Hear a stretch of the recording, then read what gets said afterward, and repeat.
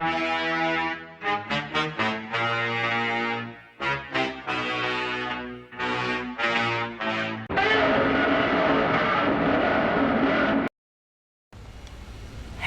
everybody, how's it going? Carl Screwzilla here and I hope you're all well and welcome to War Thunder. Yes, I'm playing War Thunder. I know it's weird, isn't it? It's been a while. Managed to get up to the Rautel, the South African armoured personnel carrier with its ATGM, the Milan missile system, and the 20mm autocannon on board.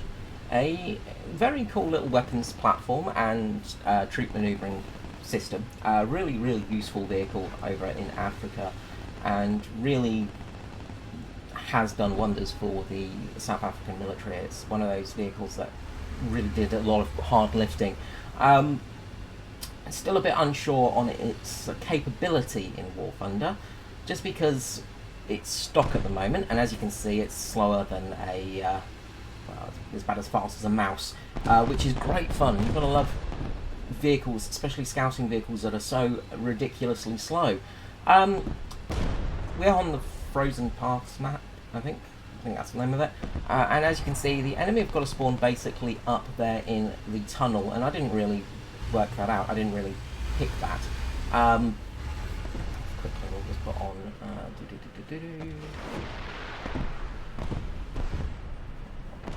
show markers, there we go.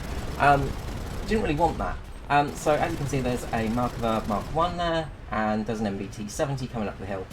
So we scouted them, and we fire our missile, and we actually get a hit on the replay. On the actual in-game, I didn't actually get that hit notification. It just came up that nothing had happened. So I thought he was dead, which is why I just sat there like a sitting duck. So not a good start there, but we did manage to scout at least and do a bit of damage, but the Rautel is toast. So we are going to jump to the Warrior next. Let's get in there. Eventually we'll get in there. Hashtag not my warrior. So yeah, it's been a while since I last played War Thunder, obviously, and it's... I'm still very much in a... I wouldn't call it love-hate relationship, I'd call it more of a hate relationship with the game. Still has so many problems. You know, like phantom shells, and servers are pretty garbage at the moment, which is fun. You know, you've just got to scratch your head sometimes of the server status. But the actual game itself can be quite fun. Spotted Bradley up there, and we know we're going to die, so we try and get back, but we get taken out by the MP3. Yay! Well, okay, not going well this match. The MP3 over there basically at its spawn point, managing to take us out, which is, you know, always fun. So, as you can see, this map is pretty unbalanced, especially if you're spawning on this side of the map.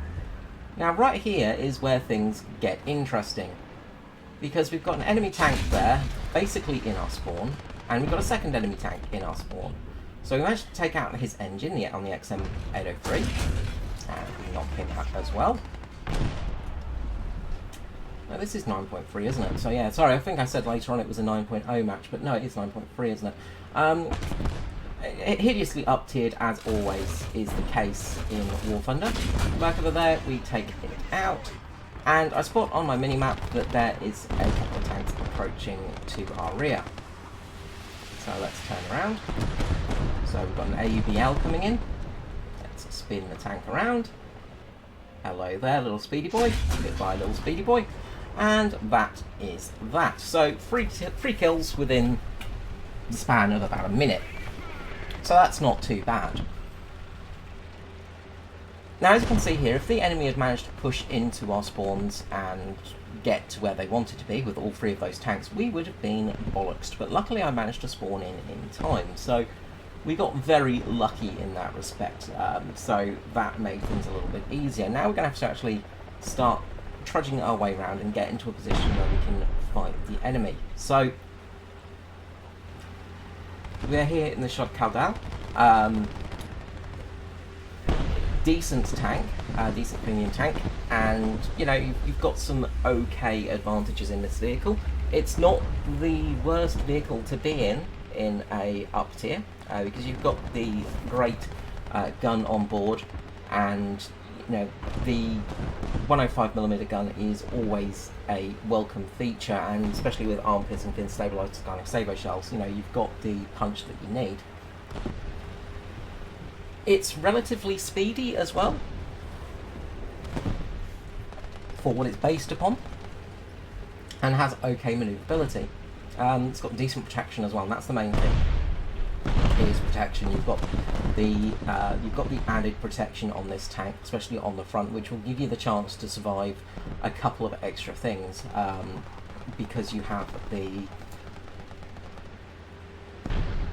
little bit of extra armor as well as the reactive armor on the front, which just gives you that little bit more survivability that is something you really do need at this BR, because everybody is using if they're not using heat, they're using ATGMs, or they're using you know, arm piercing fin stabilized. We've got a Bradley just there, so we spotted him and he fires, and we just eat that with our front plate, so that's fine. That is exactly what I'm talking about. The reactive armor does its job. Second Bradley there, and that is another double kill. So we've managed to clear out a fair few enemies there, so that's good. And now I'm starting to realise I'm in their spawn. So I was glancing down and I was just thinking, why spawn them at the mouth of the tunnel? Because this is such an awkward place to spawn people, because it gives you such an advantage at the start of the game. Like we saw, the enemy did have a really big advantage. Now I thought I spotted something behind the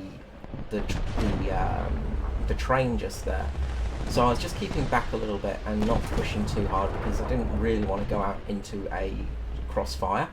I'm just going to sit back a little bit and relax here, but it's just again one of those things of spawn points in the maps, you know, and it's such an awkward spawn to be placed in, because you basically you've got control of the map at this point.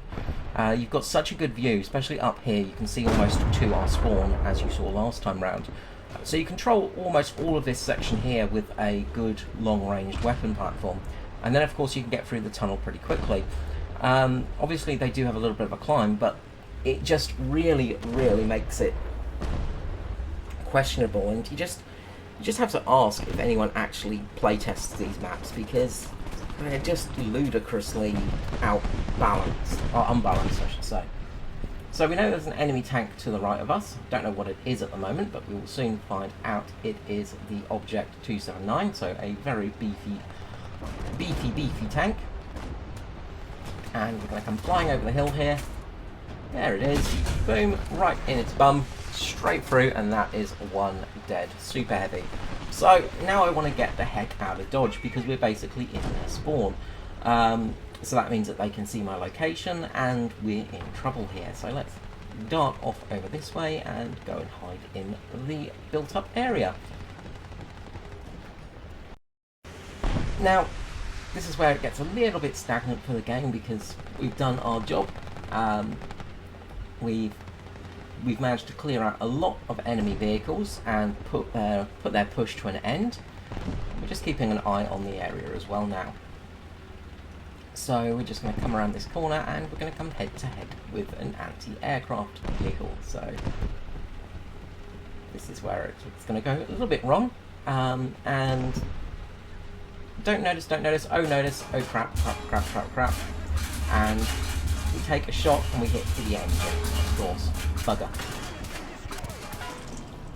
So we've taken a bit of a pummeling, so it's time to get out of here, because of those dual cannons are doing a fair amount of damage to the front of our tank. Smoking up, and time to hide and get everything fixed up. And that's really the end of the match here. We end up capping B, and that is that really. So let's head to the post-battle screen results. Okie dokie, that is that, ladies and gentlemen. So 6 kills, 3 assists, not bad at all. Free scouting. The Ratel, we had that sort of phantom ATGM, yes, hitting the MDBT 70 in the front glaciers wouldn't have pinned it, I don't think, so fair enough, but it didn't even register as a hit, so I don't know what happened there, it just almost phased through it, and then of course he fired back at me and killed me. So, you know, that's always fun. But that little massacre at the end with the shot Kaldal is most fun. It's fun when it happens sometimes, when you get that good little run. But it's one of those things, you know, War Thunder is like that. You have these amazing fun battles where everything goes right. And then the rest of the time it will just be misery. And you could even see in that match, if I didn't spawn in, we would have got overrun with spawn campers. I did end up actually driving through their spawn. I didn't realise it was right by the the tunnel entrance there. What a stupid place to have a spawn. Because that gives the enemy such an advantage. Gaijin, well done. But, you know, we won, so that's the main thing. Yeah, gotta say, it was a fun match. Like, it was fun, so that's something. Which is nice, and we've made a few lions out of it and a bit of research points as well. So, going towards the Rukat, or Rocket. I'm sure my South African viewers will absolutely correct me on that one. But the Ratel is quite a fun vehicle. It's very slow. I mean, it's stock at the moment, so, you know, what can you do? It's kind of funny because I was looking at taking the British helicopter out with me. Where are my helicopters? No, helicopters.